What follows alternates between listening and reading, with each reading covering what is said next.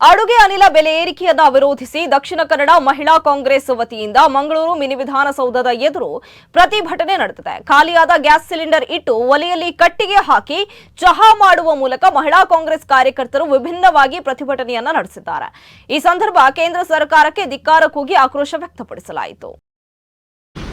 ಕೇಂದ್ರದಲ್ಲಿ ಬಿಜೆಪಿ ಸರ್ಕಾರ ಅಧಿಕಾರಕ್ಕೆ ಬಂದ ದಿನದಿಂದ ಇವತ್ತಿನವರೆಗೆ ಈ ದೇಶದಲ್ಲಿ ನಿರಂತರವಾಗಿ ಅಡುಗೆ ಅನಿಲದ ಬೆಲೆಯನ್ನು ಏರಿಕೆಯನ್ನು ಮಾಡಿಕೊಂಡು ಬಂದಿದ್ದಾರೆ. ಇವತ್ತು ಅಡುಗೆ ಅನಿಲ ಏನಿತ್ತು ಇದು 415 ರೂಪಾಯಿಗೆ ಅಂದು ಕಾಂಗ್ರೆಸ್ಸಿನ ಸರ್ಕಾರ ಇದ್ದಾಗ ಡಾಕ್ಟರ್ ಮನಮೋಹನ್ ಸಿಂಗ್ ಅವರು ಈ ದೇಶದ ಪ್ರಧಾನಮಂತ್ರಿ ಆಗಿದ್ದಾಗ 2014ರಲ್ಲಿ 414 ರೂಪಾಯಿ ಪರ್ ಸಿಲಿಂಡರ್ಗೆ ಇದ್ದಂಥ ಸಮಯ ಅದು ಕಾಂಗ್ರೆಸ್ಸಿನ ಆಡಳಿತ. ಇವತ್ತು ಕಾಂಗ್ರೆಸ್ಸಿನ ಆಡಳಿತ ಮುಗಿದ ಮೇಲೆ ಕಳೆದ 11 ವರ್ಷಗಳಿಂದ ಸತತವಾಗಿ ಇವತ್ತು ದರವನ್ನು ಏರಿಕೆ ಮಾಡುವ ಮೂಲಕ ಇವತ್ತು 414 ರೂಪಾಯಿ ಇದ್ದಂಥ ಗ್ಯಾಸ್ ಸಿಲಿಂಡರ್ ಬೆಲೆ ಇವತ್ತು 900 ರೂಪಾಯಿಗೂ ಅಧಿಕವಾಗಿ ಇರ್ತಕ್ಕಂಥದ್ದು.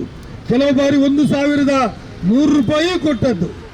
ಇಷ್ಟು ಬೆಲೆ ಏರಿಕೆಯನ್ನು ಮಾಡುವ ಮೂಲಕ ಮೋದಿ ಸರ್ಕಾರ ಇವತ್ತು ಏನು ನಾವು ಮಹಿಳೆಯರ ಪರ ಗೃಹಿಣಿಯರ ಪರ ಅಂತ ಏನು ಹೇಳಿತ್ತು, ಇವತ್ತು ಮೋದಿ ಸರ್ಕಾರ ಮಹಿಳೆಯರಿಗೆ ಅತ್ಯಂತ ದೊಡ್ಡ ಆಗಿರ್ತಕ್ಕಂಥ ಎಲೆಕ್ಟ್ರಿಕ್ ಶಾಕ್ ಎಲ್ಲರಿಗೂ ಕೂಡ ಹೊಂದಿಸಿಕೊಂಡು ಇವತ್ತಿನ ಮಹಿಳಾ ಕಾಂಗ್ರೆಸ್ ವತಿಯಿಂದ ಹಮ್ಮಿಕೊಂಡಂತಹ ಪ್ರತಿಭಟನೆ ಅರ್ಥಪೂರ್ಣ ಅಂತೇಳಿ ನಾನು ಮೊದಲಾಗಿ ಹೇಳಲಿಕ್ಕೆ ಬಯಸ್ತಾ ಇದ್ದೀನಿ. ಹಾಗಾಗಿ ದಕ್ಷಿಣ ಕನ್ನಡ ಜಿಲ್ಲಾ ಮಹಿಳಾ ಕಾಂಗ್ರೆಸ್ಸಿನ ತಂಡಕ್ಕೆ ಪೂರಕವಾದಂತಹ ಅಭಿನಂದನೆಗಳನ್ನು ಸಲ್ಲಿಸಿಕೊಂಡು ಯಾವತ್ತೂ ಇವತ್ತು ಕೇಂದ್ರ ಸರ್ಕಾರ ಜನರ ಒಂದು ಏಟಿಗೆ ಪ್ರತಿಯೊಬ್ಬರ ಜನರ ಸಂಕಷ್ಟಕ್ಕೆ ಇವತ್ತು ಯಾವಾಗ ತುತ್ತಿಗೆ ಬಲಿಯಾಗಲಿಕ್ಕೆ ಮಾಡಿದೋ ಆವತ್ತೇ ಇವತ್ತು ನಾವು ಕೇಂದ್ರ ಸರ್ಕಾರದ ಅಭಿವೃದ್ಧಿ ಅಂತ ಈ ಬಿಜೆಪಿಯವರು ಏನು ಹೇಳ್ತಾ ಇದ್ದಾರೆ, ಖಂಡಿತವಾಗಿ ಕೂಡ ಈ ದೇಶದಲ್ಲಿ ಮೋದಿಜಿಯವರು ಈ ದೇಶದ ಪ್ರಧಾನಮಂತ್ರಿಗಳು ಆದಮೇಲೆ ಯಾವ ರೀತಿ ನಮ್ಮ ದೇಶದ